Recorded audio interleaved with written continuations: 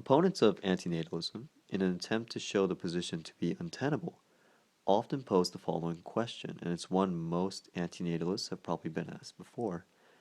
If life is miserable, why haven't you killed yourself? So there are a number of ways one might respond to this. One is to point out that although the question presupposes that an antinatalist must also be a pessimist, this is not necessarily the case.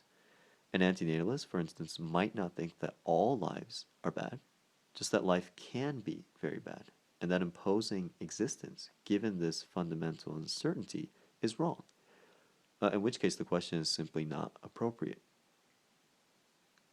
But even a pessimistic antinatalist, it seems to me, need not be troubled by this sort of challenge.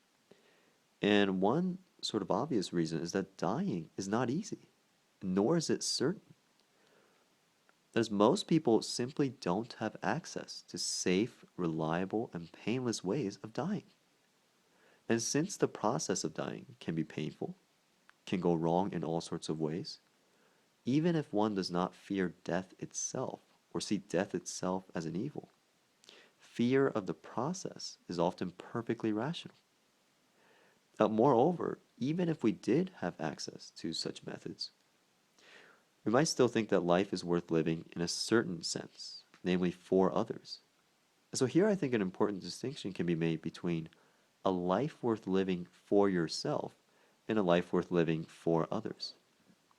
A life can be worth living in the second sense, even if not in the first sense.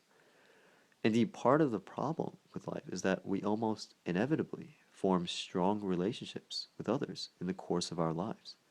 And one thing that this does is it makes one's death a harm for others.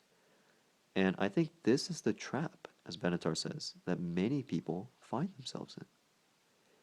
So that is all for now, and thanks for listening.